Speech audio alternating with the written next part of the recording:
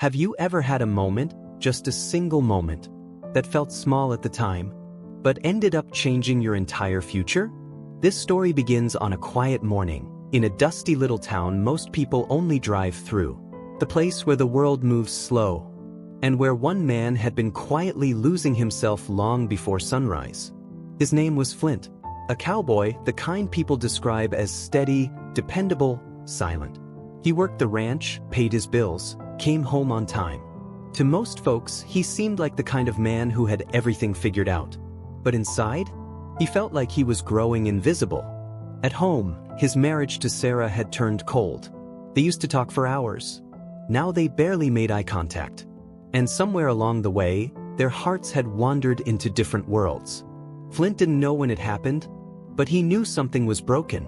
So that morning, Flint went to the diner like he always did, ordered the same breakfast he always got, and stepped outside, ready to start another routine day.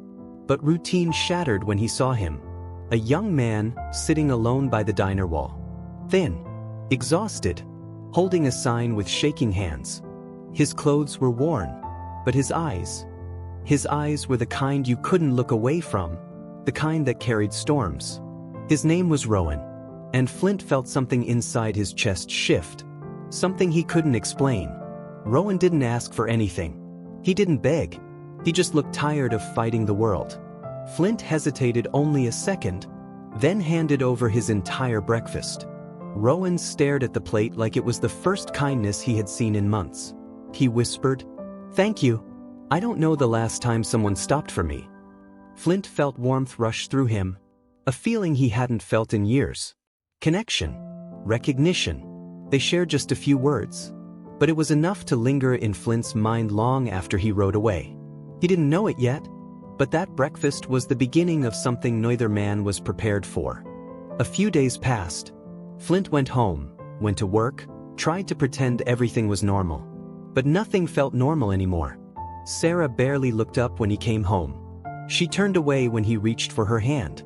She hid her phone when it buzzed, and the silence between them grew thick enough to choke on.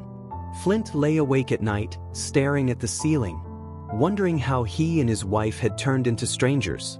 And yet, in the quiet dark, his thoughts drifted to Rowan. The way Rowan's eyes softened when he smiled. The way his voice cracked when he said, "Thank you." The way Flint felt seen, genuinely seen, for the first time in years. One morning, Flint found himself driving past the diner again.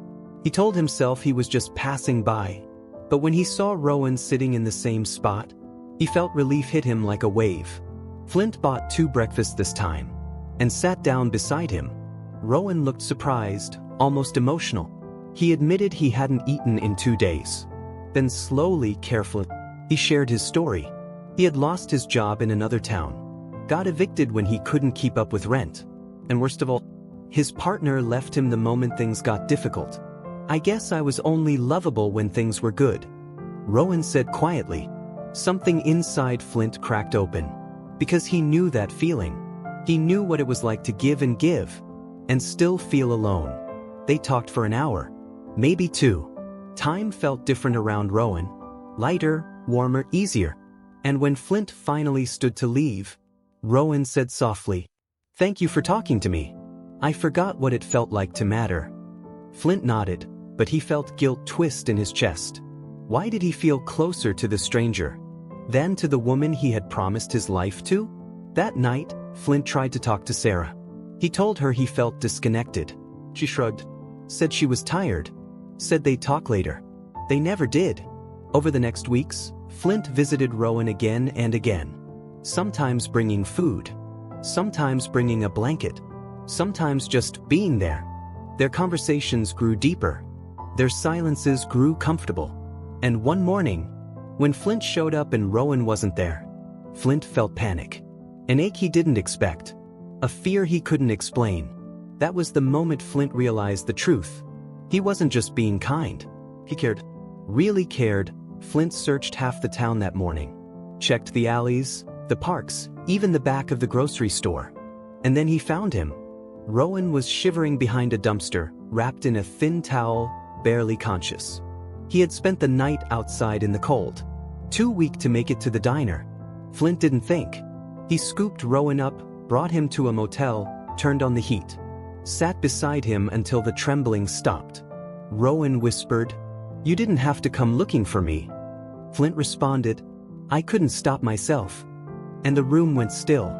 Rowan's eyes filled with tears, not from pain, but from the shock of being cared for.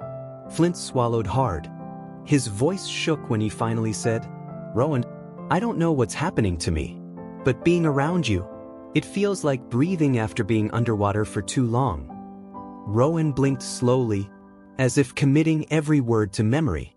"You saved me," he whispered, "but I think you're the one who needed saving."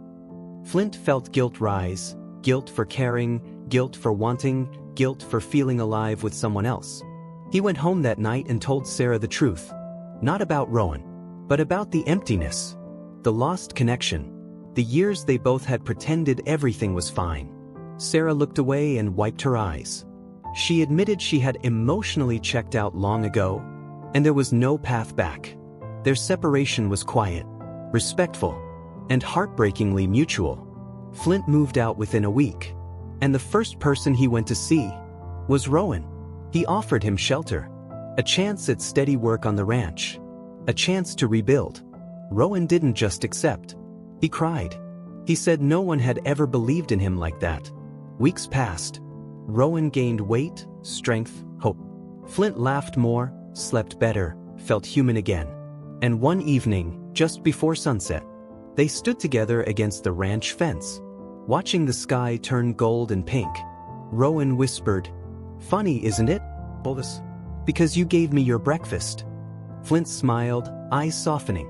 "No, Rowan, it's because you saw me when no one else did." The wind was gentle, the world quiet, and two souls, broken in different ways, finally felt whole again.